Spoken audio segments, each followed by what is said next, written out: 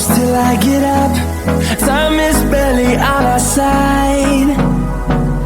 I don't wanna waste what's left. The storms we chase are leading us.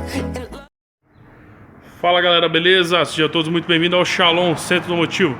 Por exemplo, meu nome é Maicon. Vou dar uma dica rápida pra vocês aí, ó. Uma dica bacana, hein? Corsinha, esse aqui é o ano 2000, tá? Fazendo barulho em paralelepípedo, lombada.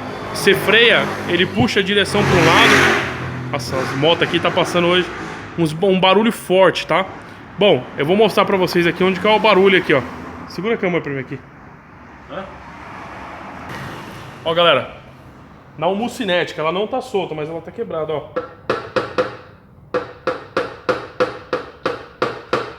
Vendo, ó? Olha aqui, ó. Segura aqui assim, ó. Pra galera ver.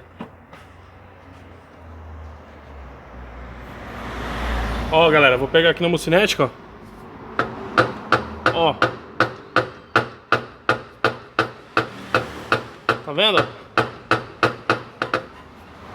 É isso aí. Isso daí faz um barulhão, tá?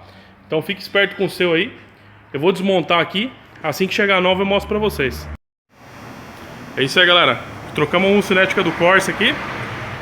Correria, não consigo mostrar passo a passo, mas o barulho zerou. Olha aqui, ó. Balança pra galera o eixo ali, ó. Homocinética nova. Olha lá, galera, ó.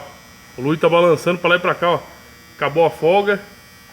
Zerou o barulho, ó. Tá vendo? É isso aí. Ó, homocinética nova, tudo certinho, galera. Vou mostrar a velha pra vocês aqui. Aqui, ó. Tá? É isso aí. Vou dar uma volta nele aqui, galera, e mostro pra vocês já. É isso aí, galera. Ficou pronto, ficou bom, ficou top. Parou a barulheira que tava na frente na hora que você passava numa lombada um pouco forte, ficava tum, que era a homocinética, né? Vocês viram que ela já tinha quebrado até a trava, tava complicado ali. Entrou a homocinética nova, com travinha tudo novo.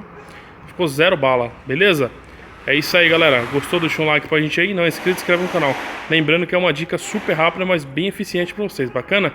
É isso aí. Valeu!